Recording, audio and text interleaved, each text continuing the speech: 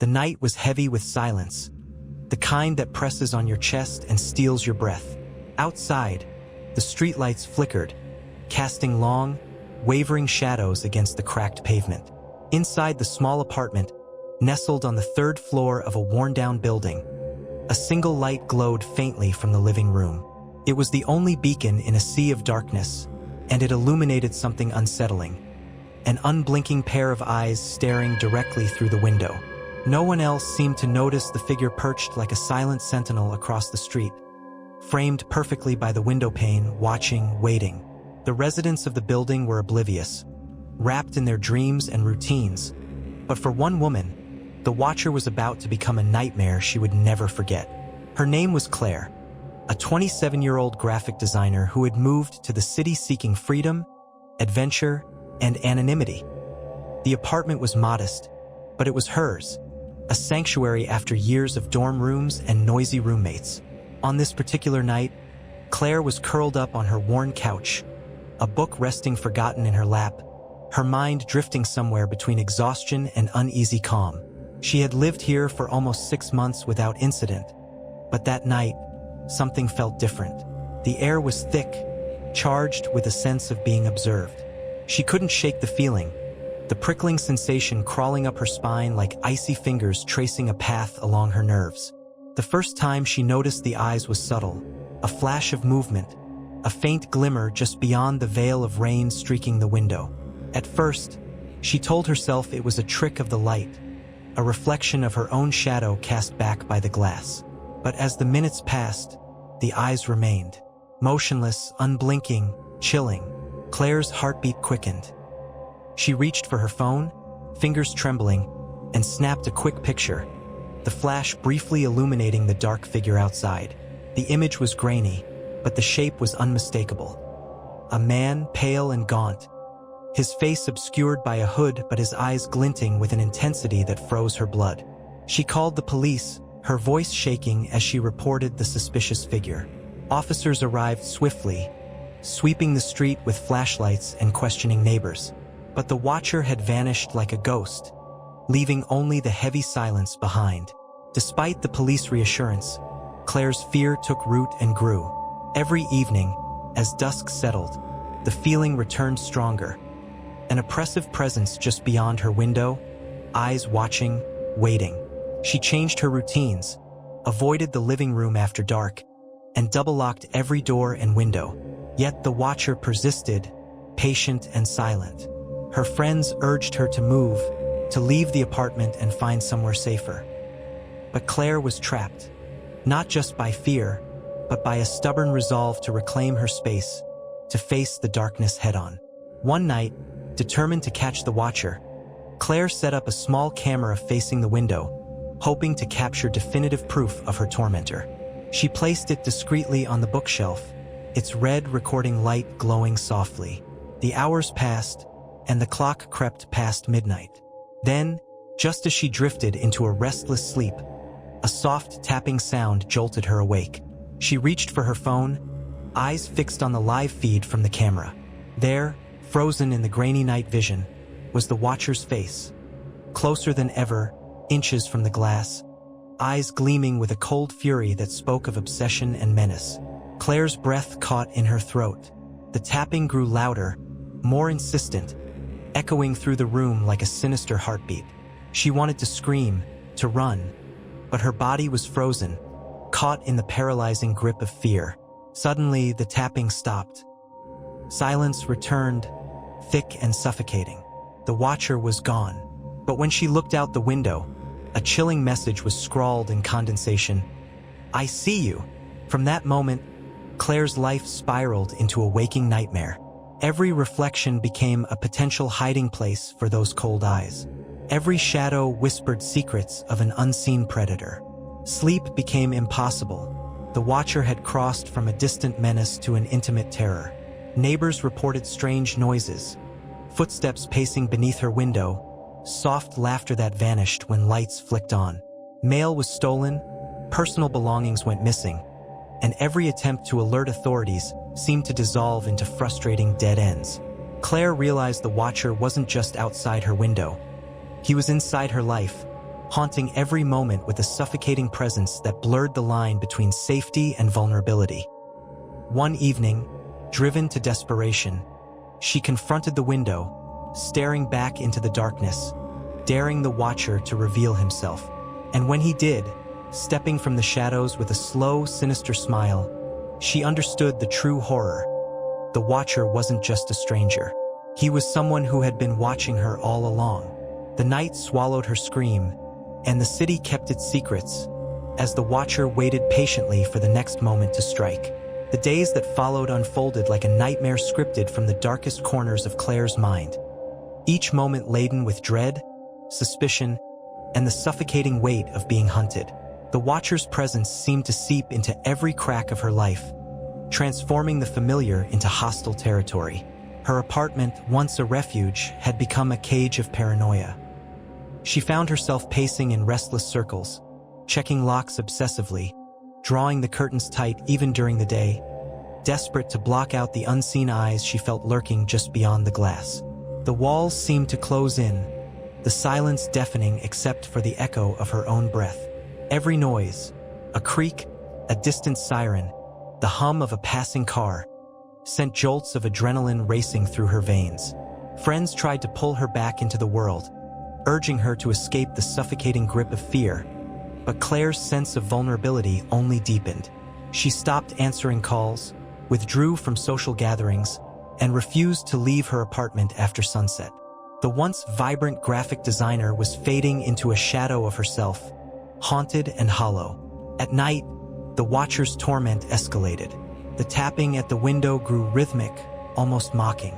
She began hearing whispers carried by the wind, low and fragmented, like broken promises or threats. Sometimes, she swore she could see a silhouette lurking in the alley below, frozen in the periphery of her vision. She installed additional locks and motion sensor lights, but none deterred the watcher. It was as if he had mastered invisibility, blending into the urban tapestry with chilling ease. Security cameras she set up outside were mysteriously disabled or stolen, erasing evidence of his persistence. Claire's attempts to involve the police dwindled into frustration.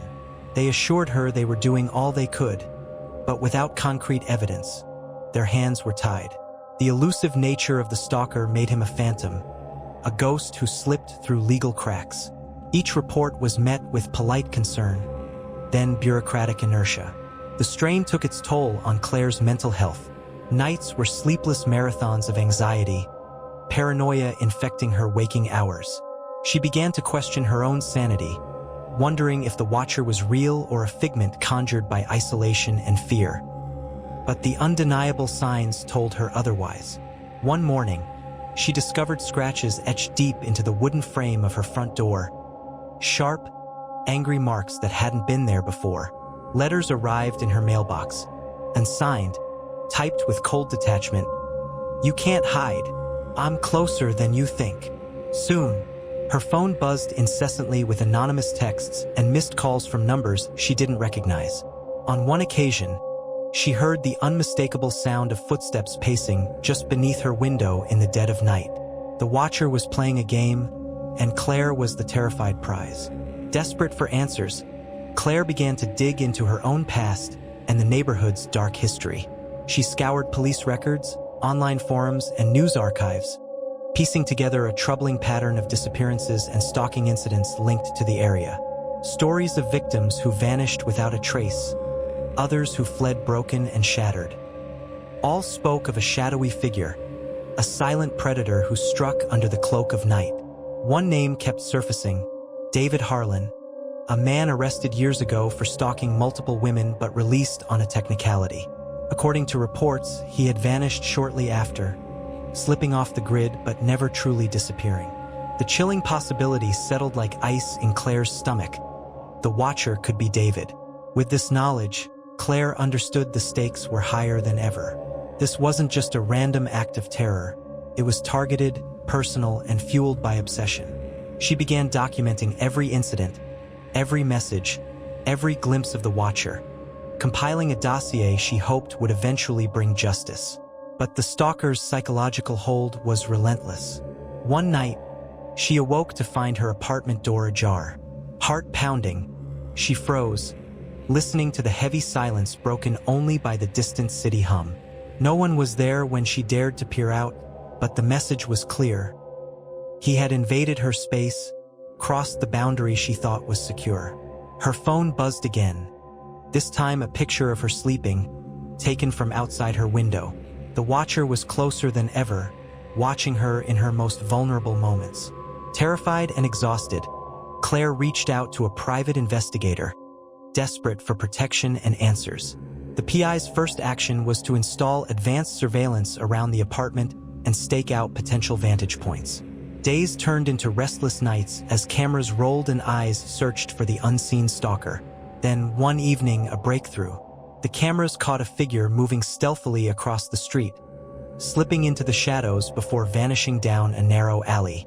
The grainy footage revealed a man's face, gaunt and pale, his eyes gleaming with that same cold intensity Claire knew all too well. Armed with evidence, the PI coordinated with the police for a covert operation. They staked out the area, waiting for the watcher to make his next move. When he finally appeared, it was like a specter emerging from the darkness. David Harlan, just as the records described, his obsession palpable and his intentions clear. The arrest was swift but haunting. As officers led him away in handcuffs, his eyes locked with Claire's through the window, a silent promise that this was far from over. In the aftermath, Claire tried to rebuild her life, but the scars of the ordeal lingered. She moved to a new city, changed her routines, and surrounded herself with support. Yet sometimes, in the quiet moments before sleep, she swore she could still feel the watcher's gaze, a chilling reminder that some shadows never fully fade. Her story became a cautionary tale whispered among neighbors and shared in hushed online communities, a real-life horror that proved how close danger can lurk, hidden behind a simple pane of glass, watching patiently through the night. And as you close your eyes tonight, remember, sometimes the most terrifying monsters don't hide under the bed. They stand silently at the window, waiting for you to fall asleep. The nightmare did not end with David Harlan's arrest. If anything, it only deepened, as Claire soon realized that the watcher was more than a single man. He was a manifestation of something darker, something embedded deep in the shadows of her life, her home, and perhaps the city itself. After his removal, the eerie sensations, the chilling presence, did not vanish. Instead, they mutated, taking on a life of their own, creeping into corners where rational explanation could not reach. Claire had thought that once the stalker was caught, the terror would dissipate like a bad dream. But as days turned into restless nights, she found herself trapped in a new kind of prison, the invisible cage of fear that no police intervention could break. The watcher had transformed from a man into a haunting force, a constant reminder that vulnerability can never be fully erased. Her new apartment, though miles away from the old one, did not bring solace. Strange occurrences began to surface. Faint knocks at impossible hours, whispered voices fluttering just beyond comprehension, and shadows that flickered where no light should reach. Friends who visited remarked on the cold air that seemed to cling to the walls, an unnatural chill that had no source. One evening, as the sun dipped below the horizon, Claire sat alone in her dimly lit living room, the hum of the city muffled by thick curtains. She was scrolling through her phone when a message appeared. No number, just a single word, watching. Her heart slammed against her ribs as the room grew icy cold. She felt eyes on her, though she was alone. Then, the unmistakable sound of faint footsteps outside her window echoed through the night. She sprang to the window, yanking back the curtain, but the street was empty, swallowed by darkness. In the days that followed, Claire sought answers beyond the police and private investigators. She dove into folklore, urban legends, and the eerie stories whispered on internet forums dedicated to the paranormal. Among these, she found tales eerily similar to her experience. Stories of watchers who were not human, but spirits or curses that bound themselves to a victim, unable to be dislodged by mere human law. One such tale spoke of the Veil Walkers, ancient entities said to lurk at the edge of human perception. They were neither fully visible nor entirely absent, existing in a liminal space where they could observe but not be touched. Their presence a suffocating weight that drove victims into madness. The Watchers, it said, chose their targets carefully. Those whose lives held secrets, those who carried pain or trauma, binding themselves until the victim became a husk of fear. Claire shuddered as she read the descriptions. They matched her torment too closely to be coincidence. Determined to break free from this unseen chain, Claire reached out to a woman named Marissa, a reclusive expert in occult practices and urban legends who lived on the outskirts of the city. Marissa's reputation was whispered about in online circles as both a healer and a keeper of dark knowledge. Hesitant but desperate, Claire agreed to meet her. Marissa's home was a weathered Victorian house shrouded by towering oak trees, their gnarled branches casting skeletal shadows against cracked windows. Inside, the air smelled of aged wood and herbs, mingled with the faint trace of smoke. Candles flickered on shelves lined with dusty tomes and curious artifacts. "You've invited a shadow into your life?" Marissa said softly, her voice a husky whisper that seemed to echo from the walls themselves. "Not a man, but something much older. This watcher feeds on fear, on the energy of being watched, and it grows stronger as you shrink." Claire nodded, the weight of her experience pressing down like a physical force. "How do I stop it? How do I reclaim my life?" Marissa studied her for a long moment, eyes glinting with ancient knowledge. "This is not a battle of force, but one of understanding and balance. The Watcher thrives on your fear and isolation. To weaken it, you must confront it, not with anger or denial, but with presence. You must fill the space it occupies with your own strength." She led Claire to a small room at the back of the house, dimly lit with candles and filled with an array of symbols drawn on the floor. Marissa explained that Claire would undergo a ritual designed to reconnect her with her own inner power, to break the Watcher's hold by reclaiming the spaces it haunted. The ritual was long and arduous, demanding Claire face memories she'd buried, fears she'd hidden from herself, and darkness that lurked not in the night outside, but within her own soul. At times, she felt the Watcher's presence pressing down like a lead weight, whispering threats and lies meant to shatter her resolve. A sudden gust of wind swept through the room, causing candles to flicker violently as the shadows danced with new ferocity. But Claire held steady.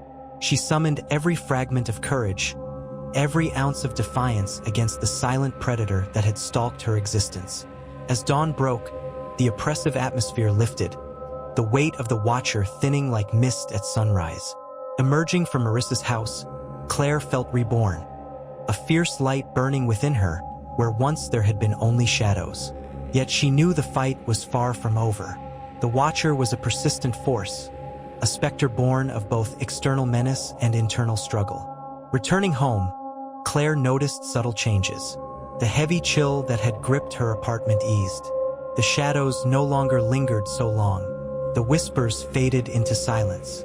But most importantly, Claire felt a sense of ownership of her space, her body, and her mind that the Watcher could no longer steal. In the weeks that followed, Claire rebuilt her life. She sought out therapy, connected with friends anew, and allowed herself to live without the constant shroud of fear.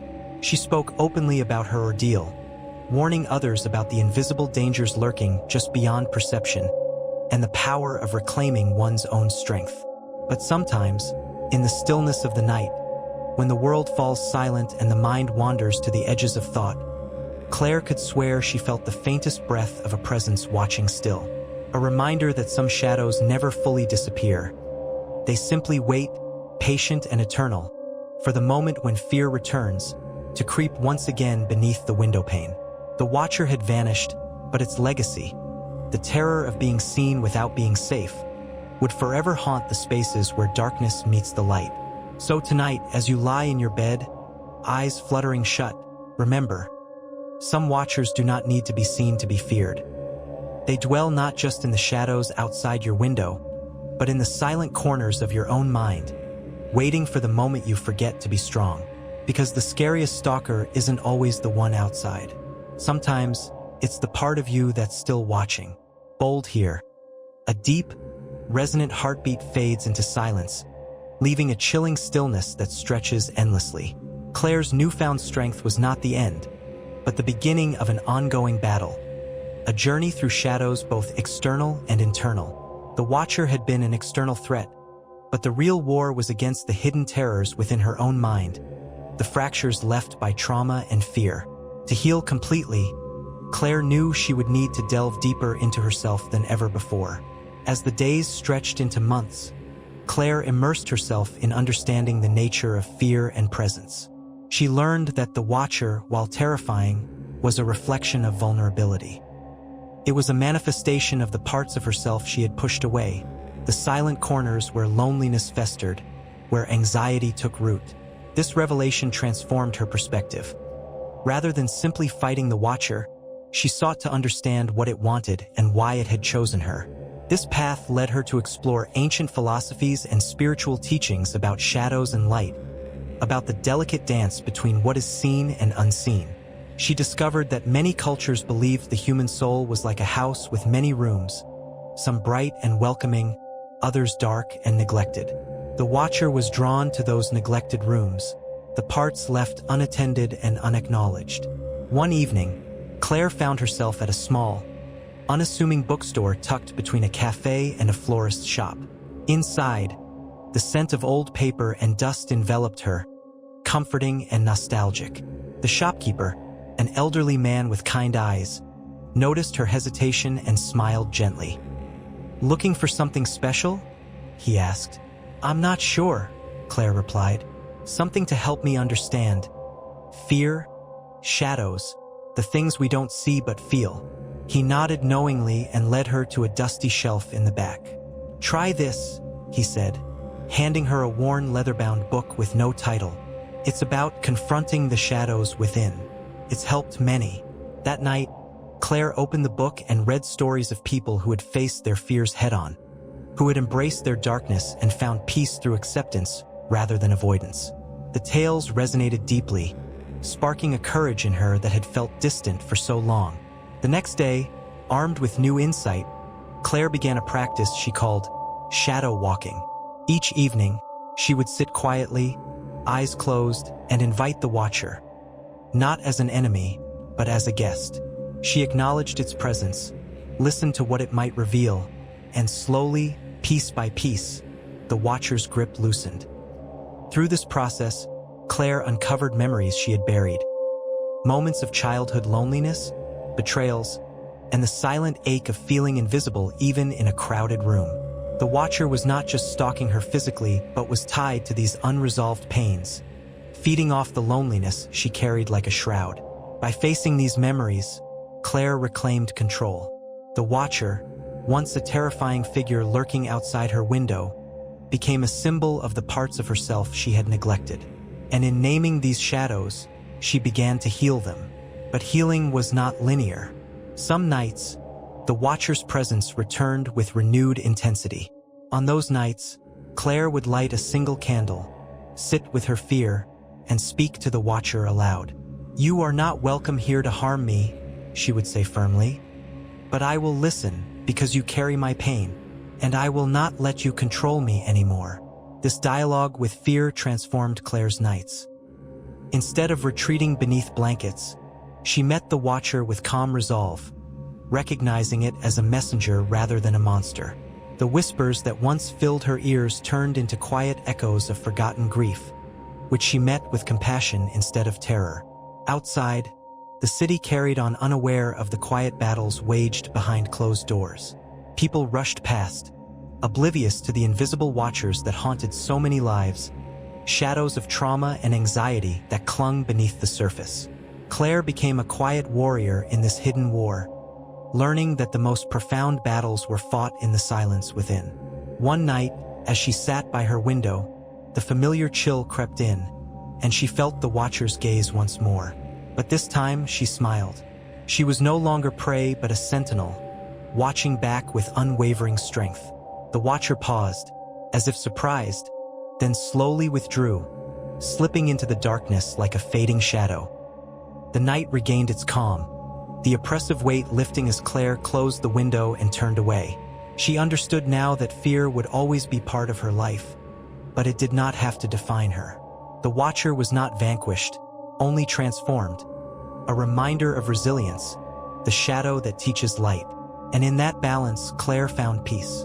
A faint wind stirs outside, soft and steady, carrying away the last echoes of darkness, as a new dawn prepares to rise. Claire's journey into the depths of her own mind was only just beginning, but the transformation it sparked began to ripple through every corner of her life. What had once been a nightmare lurking just beyond her window was evolving into a profound lesson about vulnerability, strength, and the invisible ties that bind trauma to the present. In the days following her first true confrontation with the Watcher, Claire noticed subtle shifts in her world. The oppressive tension that once clung to her skin like a second layer began to lift, replaced by a cautious curiosity. She found herself drawn to places she had avoided for years. Abandoned houses, forgotten parks at twilight, the dim corners of the city where shadows gathered like secrets waiting to be told. These spaces, once frightening, now whispered to her with an almost magnetic pull. On one particularly cold evening, Claire ventured into an old part of town, a district where crumbling brick buildings leaned precariously over narrow streets lit by flickering gas lamps. The air smelled of damp earth and forgotten stories. Here, she felt closer to the Watcher than ever before, not as a threat, but as a companion of sorts. It was as if the Watcher, that silent, unseen observer, was not a figure of pure menace, but a guardian of memories and truths long buried beneath layers of fear. The streets were eerily quiet, the kind of quiet that presses down on the chest and sharpens the senses. Claire's footsteps echoed softly on the cracked pavement, a metronome in the stillness. Her breath, visible in the cold night air, mingled with the faint scent of wood smoke drifting from a nearby chimney. She followed the path instinctively, drawn by a feeling she couldn't name. Ahead, a dilapidated house stood half swallowed by ivy and shadow. Its windows were dark and cracked, the wooden door hanging loosely on rusted hinges. The house seemed alive, breathing softly in the night, whispering of lives once lived within its walls. Claire paused, heart hammering, but her resolve was unwavering. She stepped inside. The air inside was thick with dust and memory, the floorboards creaking beneath her feet.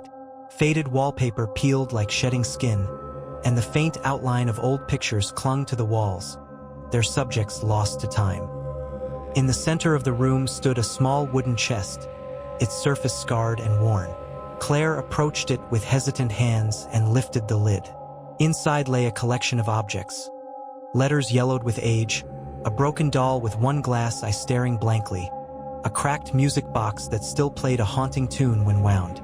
These relics seemed to pulse with an energy that made the hairs on her arms stand on end. She realized this house was a repository of forgotten stories, pain hidden beneath layers of neglect. It was a shrine to the Watcher's origin. As she sifted through the chest, Claire's fingers brushed against a journal bound in cracked leather. She opened it, revealing pages filled with hurried, desperate handwriting. The entries told the story of a woman named Eleanor, a resident of the house from decades past. Eleanor wrote of a presence that haunted her nights, a silent watcher who spoke in whispers and shadows, who blurred the line between reality and nightmare. Her words were filled with fear, confusion, and a longing for release. Claire read on, captivated by Eleanor's voice, feeling a kinship that transcended time. The journal chronicled Eleanor's slow unraveling as she tried to understand the Watcher, her desperate attempts to banish it, and finally, her resignation to coexist with the darkness. It was a story of loss, of trauma preserved like a wound that never fully healed. A sudden coldness swept through the room, and Claire felt the Watcher's presence brush against her once more. But instead of panic, a calm washed over her. She closed the journal gently and whispered, "I see you. I understand." Outside, the wind stirred again, carrying a faint melody on its breath, an echo of the music box's tune. Claire stood alone in the ruins of forgotten memories, feeling the weight of the Watcher's legacy settle beside her like an old friend. Over the following weeks, Claire began to weave Eleanor's story into her own. She saw the parallels, the way fear could imprison the soul, how silence could become a cage, and how acknowledging the darkness was the first step toward freedom. She started writing her own journal, pouring thoughts and emotions onto the page, transforming pain into words. The act of writing became a ritual, a bridge between her waking world and the shadows that once terrified her. Each night, she added new entries, charting her progress, her setbacks, and the small victories won in the quiet moments of self-acceptance. Through this, Claire found a voice that was both fierce and tender, a testament to resilience forged in fire. Her story began to attract attention. Friends noticed a subtle change in her demeanor, a newfound strength that was neither aggressive nor brittle but deeply rooted and unshakable. Claire's willingness to share fragments of her journey inspired others who grappled with their own watchers, their own silent fears lurking in the corners of their lives. She started hosting small gatherings, informal circles where people could speak openly about trauma, fear, and healing without judgment. These meetings became sanctuaries, spaces where shadows were met with light, and silence was replaced by understanding. Claire found purpose in these connections, her pain transforming into compassion that reached beyond herself. Yet, despite the progress, the Watcher never disappeared entirely. It remained a shadow at the edge of her vision, a reminder that healing is a path, not a destination. Some nights it came with greater intensity, its whispers sharper, its presence heavier. But Claire faced these moments with a quiet defiance, armed with the knowledge that fear only held the power she gave it. One particularly harsh winter night, Claire sat by her window, journal in hand, as the snow fell silently outside. The Watcher was near, its gaze heavy and cold. She opened her book and read aloud a passage she had written earlier that day. "I am not your prey. I am the light that cuts through your darkness. You are part of me, but you do not define me." The Watcher seemed to listen, the air thick with tension. Then, as if finally understanding, it receded into the night, leaving behind a fragile peace. Claire closed the window, her breath steady, her heart calm. She knew the Watcher would return in time. Fear and trauma were never truly vanquished. But now, Claire was no longer a victim. She was a guardian of her own soul, a warrior who had faced the darkest parts of herself and emerged whole. Her story was no longer one of terror but of triumph. In the stillness of the night, beneath the watchful eyes of stars, Claire found the courage to live fully, to love deeply, and to walk forward into the unknown with unwavering faith. The Watcher in the window was a part of her story, but it was not the end. It was a beginning, an invitation to embrace the shadows, to find strength in vulnerability, and to illuminate the darkness with the fierce light of resilience. And as Claire drifted to sleep that night, the city outside hushed beneath a blanket of snow. She carried with her a profound truth. The shadows we fear are often the keys to unlocking the light within. The night deepened, silent but for the soft whisper of wind against the glass, carrying away the last remnants of fear and welcoming the promise of a new dawn. The city slept beneath an ink-black sky studded with faint pinpricks of light, but inside Claire's apartment, the air was charged with a different kind of energy, one that had nothing to do with sleep or rest. It was the kindling of something profound, a slow-burning fire of awakening that had taken root since that night in the abandoned house. The Watcher, once a figure of terror, had become an enigmatic presence, a shadow companion that pushed Claire beyond the limits of her own understanding. Her journal lay open on the table, pages filled with the raw ink of confession and discovery. Each word was a stepping stone, a fragile bridge spanning the chasm between the known and the unknowable. And yet, as much as writing brought clarity, it also unearthed more questions, whispers from the depths that demanded to be heard. For days, Claire felt pulled toward the outskirts of the city, to places where time seemed suspended and forgotten. There was a strange comfort in the decay of old buildings and the silence of empty streets, as if these places held secrets that could unravel the knots in her mind. On one such afternoon, she found herself in a dilapidated library, its grand wooden shelves sagging under the weight of dust and neglect.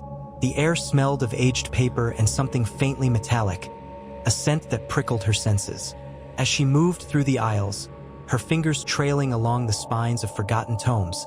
She stumbled upon a book bound in deep crimson leather.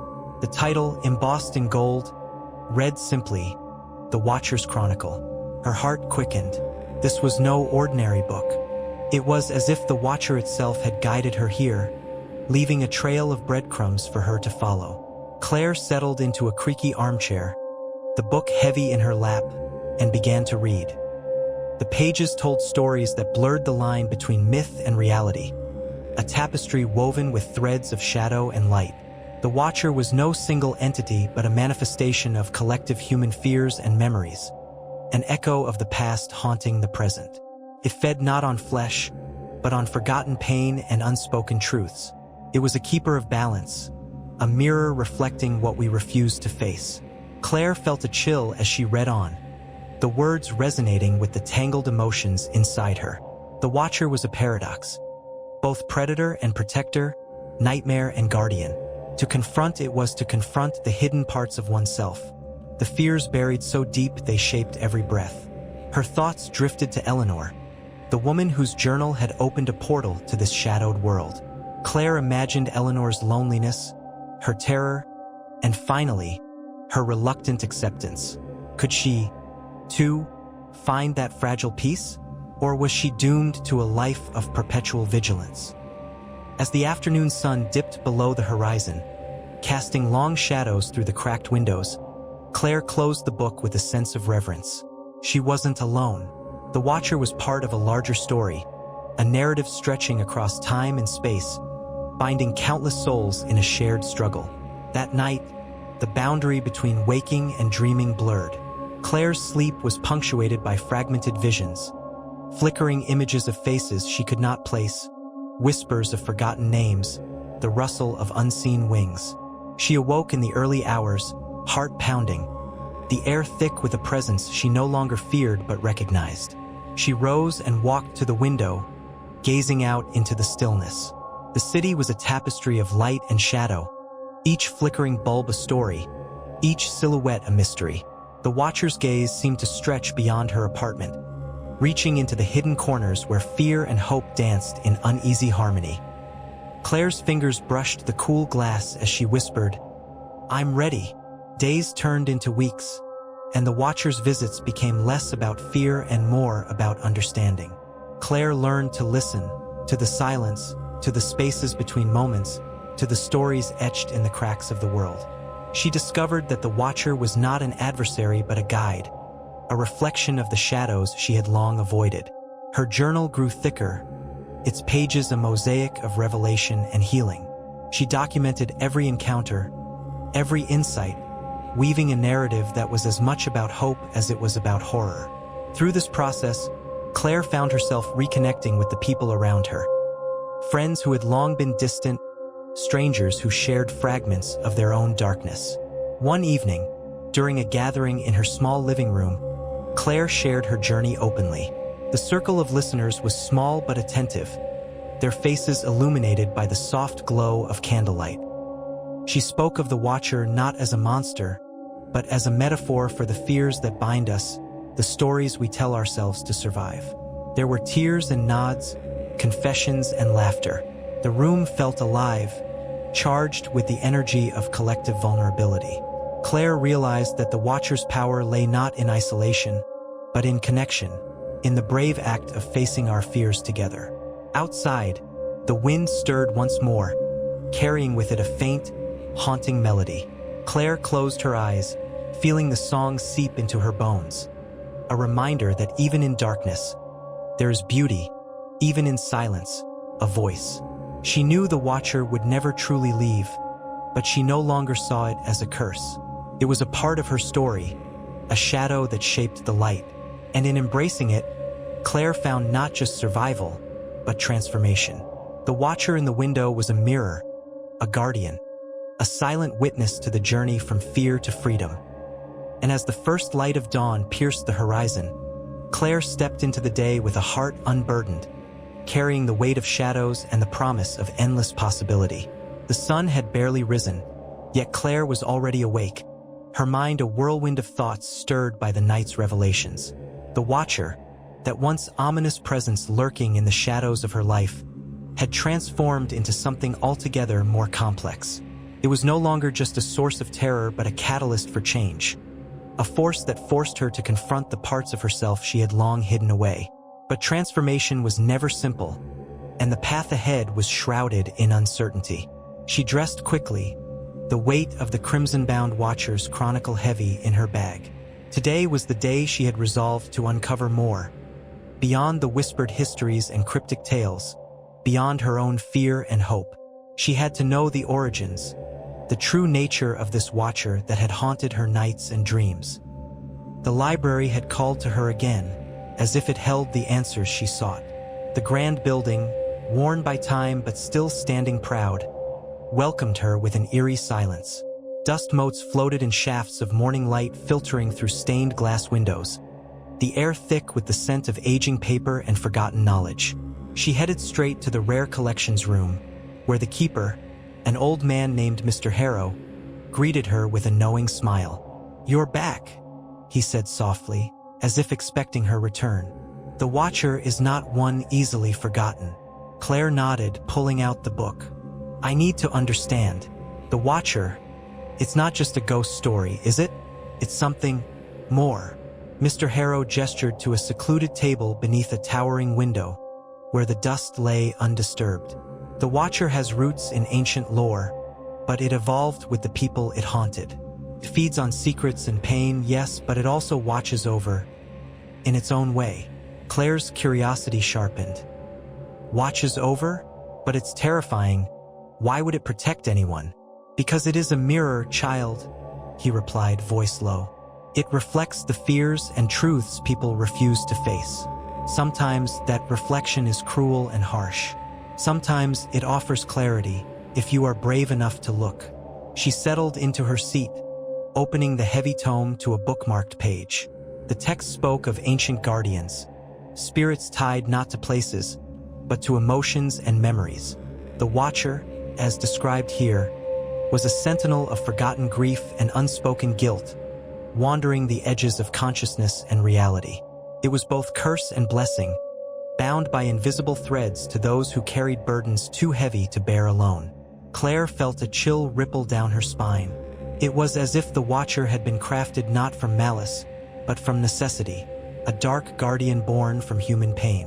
"What happens if you ignore it?" she asked, tracing the delicate script with a finger. "Then it grows restless," Mr. Harrow said, "feeding on fear and loneliness until it becomes something else entirely, something beyond comprehension. But if you face it, truly face it, you might find peace." Her mind raced back to Eleanor's journal, to the haunted woman whose life had been overtaken by this presence. Had Eleanor faced the Watcher? Had she found the peace Mr. Harrow spoke of? The book's pages blurred as Claire's eyes filled with tears. The Watcher was not just haunting her life. It was a reflection of her own unresolved past, the secrets buried beneath her carefully constructed exterior. Outside, the city stirred to life, but inside the library, time seemed to slow. Claire felt a presence, familiar and unsettling, as if the Watcher itself was there, watching her from the shadows between the stacks. She closed the book gently. "Thank you," she whispered to Mr. Harrow, who simply nodded, eyes twinkling with ancient wisdom. Walking back into the morning sun, Claire's steps felt lighter yet more purposeful. The Watcher was no longer an enemy, but a guide, one she would have to learn to walk with, not away from. That night, the visions returned, clearer now. Fragments of stories intertwined with her own memories. Faces appeared, some kind, others twisted by anguish. She saw Eleanor again, standing in a dimly lit room, clutching a small, worn doll. The doll seemed to pulse with a strange energy, a symbol of the curse the Watcher carried. Claire awoke with a start, breath ragged. The doll, the forgotten dolls, were connected to the Watcher. The pieces of the puzzle began to align.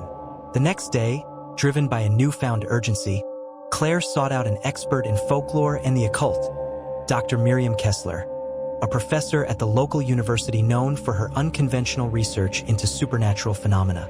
Miriam's office was lined with books and artifacts, the scent of sage and old paper mingling in the air. After hearing Claire's story, Miriam nodded thoughtfully. The Watcher is a shapeshifter of sorts, takes form from what its victim fears or denies. Forgotten dolls, lost memories. They are conduits for its power. Claire leaned forward. Is there a way to stop it? Miriam's gaze was steady. You don't stop the Watcher. You confront what it represents. You reclaim the forgotten stories and secrets it guards. Claire felt the enormity of the task settle over her. It wasn't about banishing a ghost, but about healing the wounds beneath, the hidden pain and unspoken truths. The days that followed were a journey inward as much as outward. Claire delved into her past, confronting memories she had long buried. The loss of a childhood friend, the silence of a broken family, the fear of being unseen. Each memory was a thread tangled with the Watcher's presence, each one a piece of the curse she carried. Her nights were restless, haunted by flickers of shadow and whispers that urged her onward. The Watcher appeared less as a threat and more as a puzzle to solve, a riddle demanding her courage. One evening, standing in the dim light of her apartment, Claire held the worn doll she had found in the abandoned house, the same doll Eleanor had clung to. Its porcelain face was cracked, eyes dull but somehow alive. She whispered softly, "I see you. I'm not afraid anymore." The Watcher's shadow flickered behind her, no longer a looming specter but a silent companion. Claire felt a surge of strength, a bond forged in the dark. The curse was not an end, but a beginning. Days later, Claire returned to the abandoned house with a small group of friends she trusted, people who had listened, who had shared in her journey. Together, they faced the rooms heavy with silence and shadows, each step an act of defiance against the fear that had held her captive. As they moved through the space, a gentle light seemed to seep into the walls, the weight of years lifting. The Watcher's presence softened, its gaze less accusatory and more mournful, as if it, too, sought release. They placed the doll in the center of the main room, surrounding it with candles and whispered stories of hope and healing. The air shimmered with an unseen energy, a bridge between past and present. Claire looked around at her friends, their faces illuminated by the flickering flames. She felt the Watcher dissolve into the light, its curse broken not by force, but by understanding and connection. The night was silent save for the soft crackle of candles, the city beyond carrying on unaware of the ancient secret laid to rest within its heart. Claire smiled, the weight lifted from her chest. The Watcher was gone, not vanished, but transformed, its story now a part of hers, a testament to the power of facing darkness and finding light. And in that moment, beneath the watchful stars, Claire knew she had truly awakened. Claire's awakening was not the end but a fragile new beginning, threaded with uncertainty and the kind of quiet resolve that only those who have faced their deepest fears truly understand. The Watcher, once a malevolent force stalking the edges of her life, had become a reflection, not just of her own darkness, but of the resilience and light that dwelled within her. Yet, as the first glow of dawn seeped through her apartment windows, Claire knew that healing was not a linear path, but a labyrinth of moments both harrowing and hopeful. Her phone buzzed with a message from Miriam, the professor who had become a reluctant guide in this strange journey. "Meet me tomorrow. I've uncovered something that might explain the Watcher's origin. Prepare yourself." The words sent a ripple of anticipation and unease coursing through Claire's veins. The next day, Claire found herself in the cluttered, book-lined office of Dr. Miriam Kessler once more. The walls were draped with faded maps and cryptic symbols, and a faint aroma of incense hung in the air. Miriam's eyes, sharp and unwavering, met Claire's with an intensity that made her heart beat faster. "Claire," Miriam began, holding a fragile parchment. "The Watcher's roots reach far beyond local folklore. I believe it stems from an ancient curse, one tied to the land itself, to forgotten rituals meant to protect but twisted by time." Claire leaned in, captivated. "What kind of curse?" "A curse born of loss and betrayal," Miriam explained, spreading the parchment out on the desk. "It's said that centuries ago, a community plagued by suspicion and grief bound a spirit to watch over them. The spirit was meant to safeguard secrets, but the unresolved pain turned it into a sentinel of torment. Claire's eyes traced the faded ink, the symbols almost pulsating with energy. So the Watcher feeds on secrets, but also pain? Exactly, Miriam nodded. The Watcher's presence forces its victims to confront what they hide, from themselves and others. But here's the twist. If the secrets are revealed and the pain acknowledged, the curse weakens. Claire felt a shiver. This knowledge was both a key and a burden. Could she truly face the shadows lurking in the depths of her own soul? The stories of Eleanor, the forgotten dolls, and the relentless Watcher suddenly made sense, not as mere hauntings but as a spiritual reckoning. Is there a way to break the curse completely? Claire asked, the question trembling in her voice. Miriam hesitated. It requires more than courage, it demands a collective reckoning. The curse is tied to the land and the people who live on it. To end it, the community must face its buried sins and heal together. Claire swallowed, realizing the enormity of the task. She wasn't just fighting a ghost. She was up against centuries of silence and pain. As the weeks passed, Claire found herself drawn into the community's tangled history. She visited the local archives, interviewed elders, and pieced together fragmented stories of loss, betrayal, and resilience. Each revelation was like a thread unraveling the Watcher's hold on the town. At the heart of these stories was a tale of a family torn apart by jealousy and mistrust, a forgotten tragedy that had festered beneath the surface for generations. The family's youngest daughter, a girl named Amara, was said to have disappeared one night, leaving behind only a porcelain doll and a trail of whispered fears. Claire's dreams began to fill with Amara's face, hauntingly beautiful, yet marked by sorrow. She saw visions of the girl wandering through shadowed woods, calling out for justice and peace. One evening, as Claire walked through the ancient forest on the outskirts of town, she felt the Watcher's presence keenly. The trees seemed to lean in, their branches whispering secrets in the cold wind. She followed a narrow path that led to a hidden clearing, where moonlight spilled like liquid silver. In the center stood an old well, its stones worn smooth by time. Claire knelt beside it, her fingers brushing the cold surface, and whispered, "Amara, I'm here." The air thickened, and a soft voice echoed from the depths, a lament filled with longing and regret. Claire closed her eyes, allowing the sorrow to wash over her. The Watcher was here not as an enemy, but as a messenger. The curse was tied to Amara's unfinished story, and until her pain was heard, it would never lift. Determined, Claire began to gather the community. She shared the stories she had uncovered, urging them to face the shadows together. Some resisted, fearing old wounds reopened.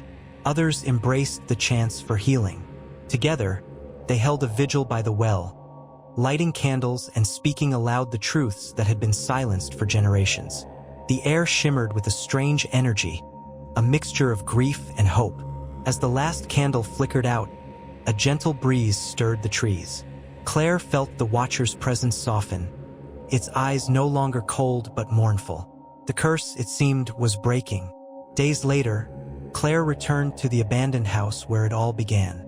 The walls, once heavy with silence, now felt lighter, as if the spirits trapped within were finally free to rest.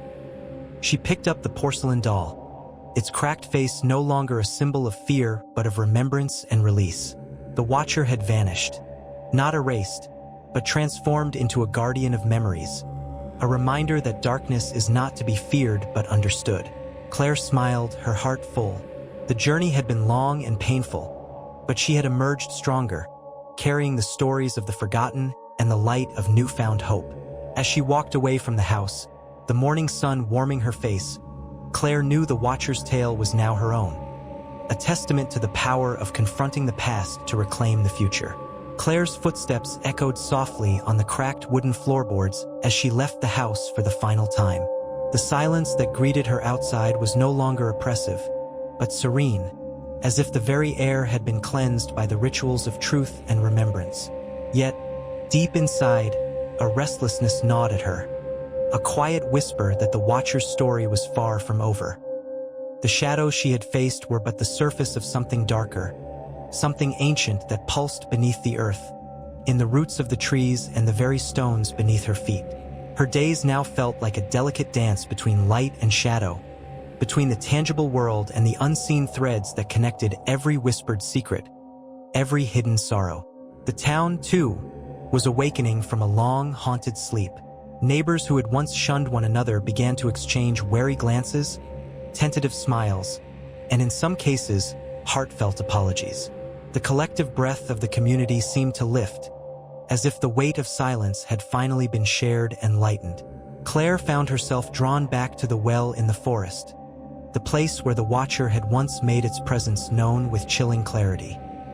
She visited it daily, sitting by the moss-covered stones and speaking softly into the abyss, hoping to soothe the restless spirit of Amara and the many others who had suffered beneath the curse.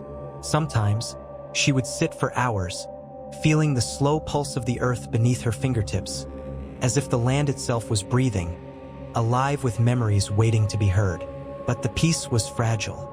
One evening, as twilight bled into night, Claire sensed a shift in the air. The wind, which had once whispered secrets and sorrow, now carried an edge of menace. Shadows deepened around her, and the familiar feeling of being watched returned, colder and more insistent than before. She stood abruptly, heart pounding, and scanned the forest, but there was no one. No figure lurking in the darkness, no eyes glowing in the trees. Only silence, heavy and unyielding. As she turned to leave, a faint sound brushed her ears.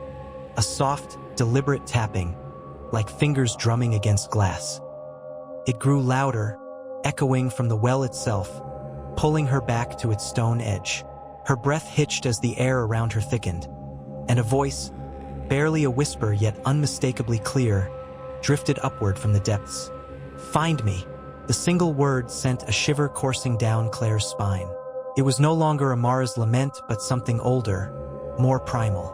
Plea, a command, a warning. The Watcher was not done, not by a long shot. Whatever force had bound itself to this place had deeper roots than she had imagined, entwined with the very fabric of her own life in ways she was only beginning to understand. Returning home, Claire was haunted by fragmented dreams, visions of shadowy figures moving just beyond the edge of perception, their eyes reflecting a darkness that seemed to swallow light itself. She saw flashes of faces from different eras, each marked by fear and desperation, all converging on the same cursed land. Among them was Amara, but also others she had never met. Strangers whose fates were tied to the Watcher's relentless gaze. By day, Claire buried herself in research, poring over old texts and local legends, seeking any clue that might unravel the curse's tangled history. The town's records, dusty and incomplete, hinted at a lineage of guardians, men and women sworn to protect the secrets buried beneath the floorboards of forgotten homes and the earth itself. These guardians, it seemed, had been betrayed by those they sought to shield, their sacrifices lost to time and treachery. One name appeared repeatedly: Elias Thornwood, a man whose life was shrouded in mystery and whispered accusations of dark dealings. According to legend, Elias had made a pact with a shadowed entity to save his family from ruin, binding the Watcher to the land as a twisted form of protection. But the price was catastrophic. Trust shattered, lives lost, and a curse that echoed through generations. Claire felt a cold connection to Elias Thornwood, a man whose story seemed to mirror her own struggles with trust and fear. She realized the Watcher was not just an external force but a reflection of the darkness that lives within all of us. The fear of being seen, the terror of vulnerability, the desire for control.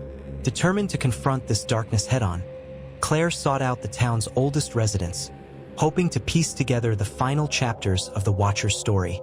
She found herself in the dimly lit living room of Mrs. Agnes Holloway, a woman whose eyes gleamed with a sharp intelligence that belied her age. Agnes spoke in hushed tones of the past, recounting tales of betrayal and sacrifice, of rituals performed under moonlight to keep the Watcher at bay. "You can't fight it with anger or fear," Agnes warned. "The Watcher thrives on those emotions. You must face it with clarity, with open eyes and a steady heart.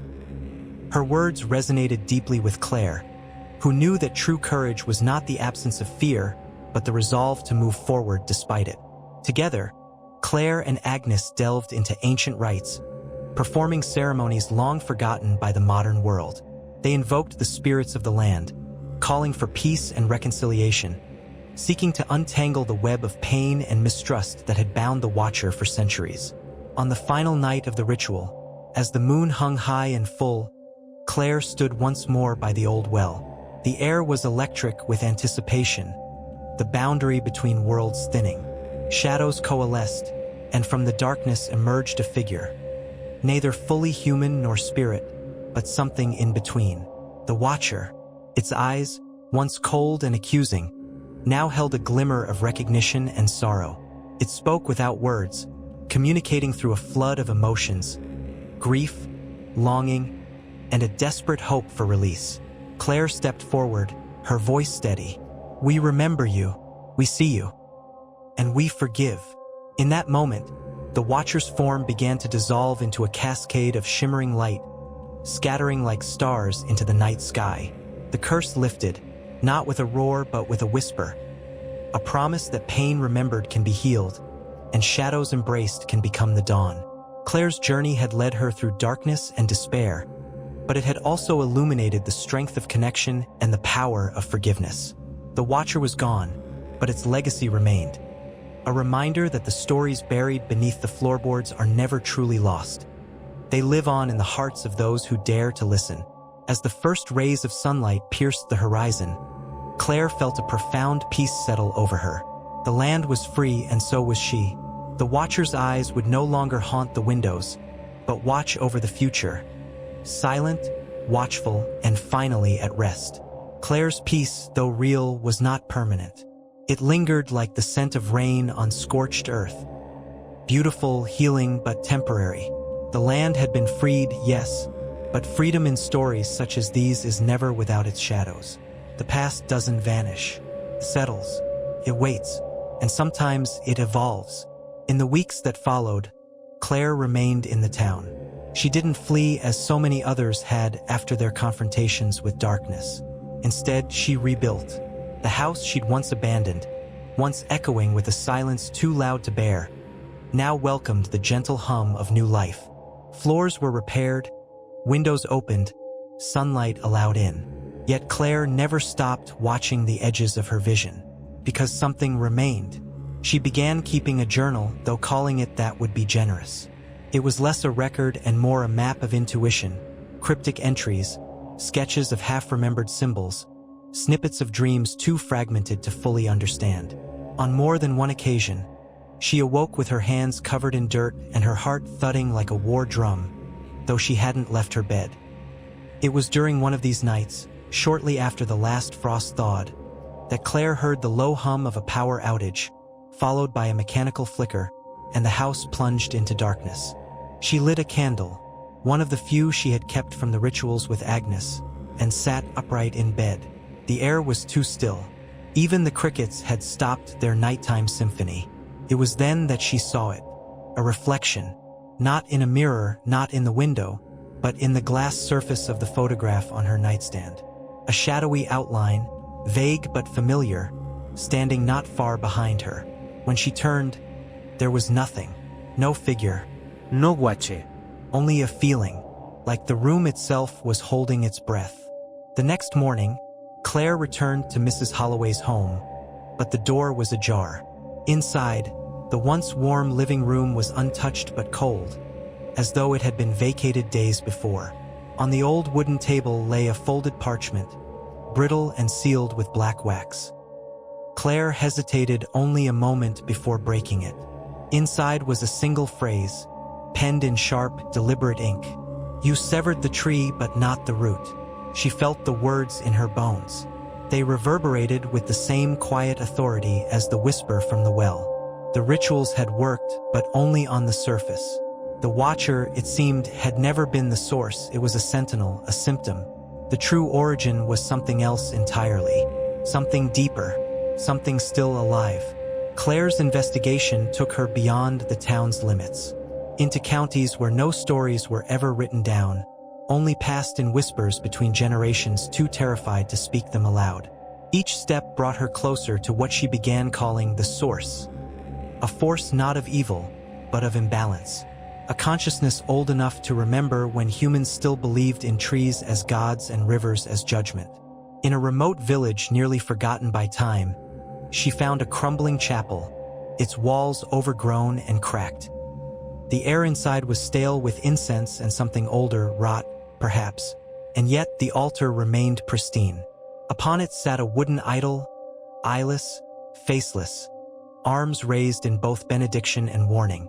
Claire approached, and without knowing why, she touched it. The vision that followed didn't crash into her mind. It unfolded, layer by layer, like an ancient melody playing in reverse. She saw the land, wild and sacred. She saw Elias Thornwood, younger, angrier, bargaining in the dead of night. She saw the Watcher, born not of malice, but duty, bound by human desperation and blood. And then she saw herself, not Claire as she was, but Claire in fragments, in lifetimes, as a child lost in the woods, as a woman burned for knowing too much, as a shadow watching her own shadow sleep. Every version of her had touched this force, circled it, danced around its gravity, because she wasn't just drawn to it, she was part of it. Her voice was hoarse when she emerged from the vision. Why me? And though there was no voice to answer, the idol seemed to pulse with a silent reply. Because you remember. Back in town, Claire's behavior began to shift. Not erratically, but subtly. She walked more slowly. She listened with greater intensity. She no longer asked questions, but waited for people to offer truths. And they did, unburdening themselves as if drawn by some magnet in her presence. Even the town changed in response. The forest paths grew clearer. Dreams became calmer. Children stopped crying in their sleep. But she knew the peace was borrowed. The source had not been undone, only acknowledged. An acknowledgement is a beginning, not an end. She began to prepare the town, quietly, gently, teaching children to listen to the earth beneath their feet, guiding elders to share stories that once shamed them into silence. She became the new sentinel, not haunted, but awakened. And sometimes, late at night, she'd feel a presence at her window. Not a watcher, not anymore. Just the space where one used to be. And in that space, a quiet promise. This is not the end. Claire didn't fear the presence at the window anymore. What had once made her blood freeze now summoned a thoughtful stillness, like standing at the edge of a vast ocean and finally understanding it had always been there, not to drown her, but to reflect something back. Some nights, she sat by the window, candle flickering beside her, eyes tracing the silhouette of the woods, not waiting, not dreading, just witnessing, learning to read the silence like a language written in negative space. The Watcher had dissolved into light. The curse had lifted. But the wound? The wound was older than either. It lived in the silences between generations, in the inherited dread passed down without names, in the anxious glances and secret rituals. Claire realized the true danger was not in the haunting. It was in forgetting. Forgetting the cost of silence, the price of denial. The past had its roots deep in this soil. But now, so did she. Still, peace is not without its edges. For every warm day rebuilding the garden behind her house, there was a night of heavy dreams, drenched in memory and metaphor. Claire's subconscious became a theater of the unresolved. Images surfaced in symbols. A girl with no face offering a flower of ash. A door that would not open, yet creaked in the wind. A raven speaking in her voice. And always a mirror, fogged, obscured, yet drawing her close. In waking life, something began to happen. Claire noticed it first in the mirror above her fireplace. Its surface, once mundane, had developed a strange quality. It was no longer simply reflective. It shimmered faintly, like a pool of water disturbed by a breeze. When she stood before it, she didn't see her current self but flickers. Versions of her wearing clothes she'd never owned, hair she'd never cut, eyes wide with other people's fears. And then came the visitors. They did not knock. They did not announce themselves. But one by one, people from neighboring towns, strangers to her, appeared on her doorstep with eyes full of fear and stories too similar to dismiss. "There's something at my window," a boy no older than 10 whispered, clutching a hand-carved talisman his grandmother had given him. "It doesn't blink. I woke up with dirt under my nails," a woman said, her voice trembling. "And this," she unbuttoned her sleeve to reveal an ancient sigil burned into her skin. One Claire recognized from the vision at the chapel. "It's following my son," said an elderly man, pale and stiff. "But it isn't after him. It's watching how we treat him, like it's judging." Claire listened. She never interrupted. And when they finished, she gave them tea, warm bread, and silence. Because silence was where truth settled, uncoiled, and dared to speak. She began drawing the stories out, mapping them. Names, places, patterns. A web began to form, not just across towns, but across generations. Some lines stretched back centuries. Others were new, too new. She noticed something chilling. The appearances weren't random. They followed a pulse. Every 12 years, a shift. A throb in the unseen. A thinning of the veil. 12-year cycles in every story, like clockwork echoing some deeper rhythm of the land. The psyche. The guilt of a people who had long buried truths beneath churches, wells, and nursery rhymes. And the pulse was rising again. Claire's journals turned into manuscripts. Her scribbles became sermons, not of fear but of awareness. She began teaching others, not as a prophet but as a historian of pain. People began to gather in her garden at dusk, not to banish shadows but to learn to sit with them. Children played in the forest now, not in fear, but with reverence. They greeted trees with names. They left offerings for lost souls. They spoke to the wind and waited for answers. But deep beneath it all, the land watched. One evening, a storm brewed, not in the sky, but in the earth. Claire felt it before she heard it. A vibration in the soles of her feet, the ground itself humming in a frequency too old for words. She stepped outside and saw them. Figures, dozens, standing motionless along the treeline. Not ghosts, not people. Memory made manifest. Each figure resembled someone from her visions, from the town stories, from the past. Elias Thornwood among them, face worn with grief and firelight. Amara, with tears like glass, holding a lantern of bone and silk. Children with eyes hollow from secrets kept too long. Women bound by silence. Men crumbling under generation all guilt. And in the center of them all, one figure that was not human. A being that shimmered with the unfinished, neither light nor shadow. Its form changed with each blink. Sometimes a raven, sometimes a tree, sometimes Claire herself. It did not move, simply was. Claire stepped forward. No fear, only clarity. She understood now. The Watcher had never been one thing. It was a mirror not for vanity, but for truth. For every unspoken cruelty, every dismissed intuition, every secret buried in basements and wells. It watched, yes, but only because we refused to. She stood at the edge of the woods, facing them all, and opened her arms, not as surrender, but as invitation. "Then let's remember," she said. Together. The air cracked. A rush of wind swept past her, scattering leaves in a spiral. The ground beneath her feet trembled softly. One by one, the figures walked into the clearing. They did not speak, but the forest was alive with their presence. Time warped around them, past and present folding in on each other.